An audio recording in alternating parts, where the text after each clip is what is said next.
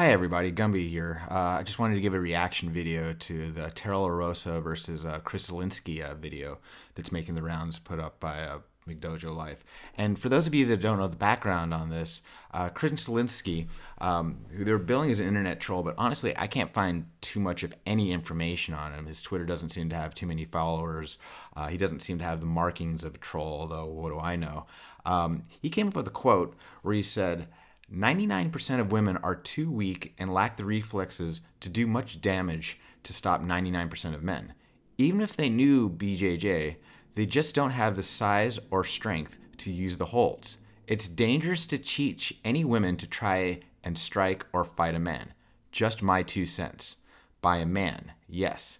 And I said 99% of women will lose to 99% of men.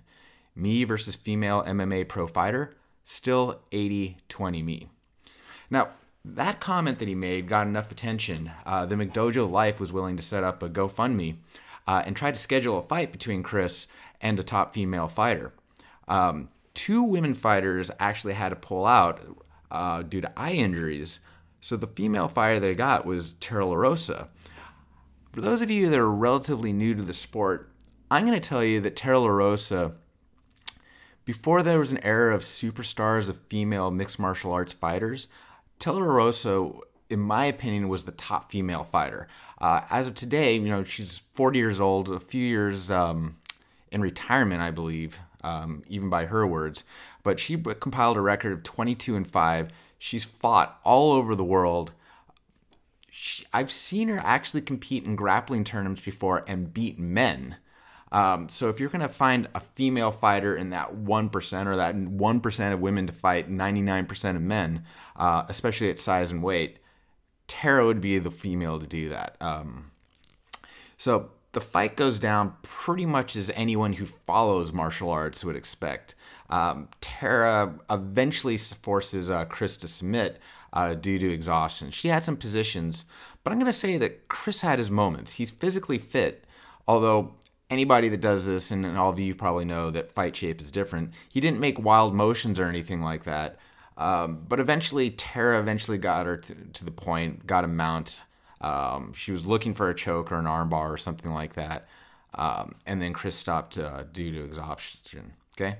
Now, analyzing this a little bit deeper, I'm going to say that Tara looked a little bit rusty to me. Like, again, like she's made some commentary on her Facebook that, you know, she's not training too hard at this point. Certainly it wasn't in fight shape, but she got this offer and she decided to take it. But she did get the job done. And even if she is physically weaker than Kris, which probably is the case, again, I don't know too much on Kris's stats.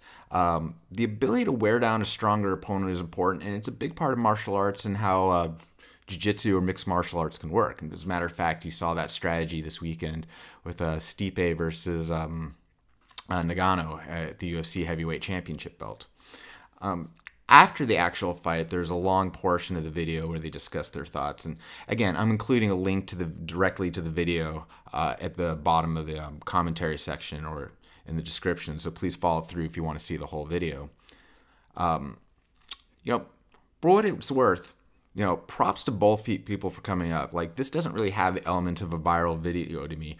Both people seem too good-natured and too respectful for this to be like that kind of, you know, world star hip-hop type of video that it could have been. Did we learn anything? Yeah, probably not anything we didn't know. Strength is absolutely a factor. I've often said that, you know, the myth that strength doesn't play any kind of role in martial arts and jiu-jitsu is one of the most damaging myths there is. But there is some inexact formula of the skill that's needed to overcome a strength factor.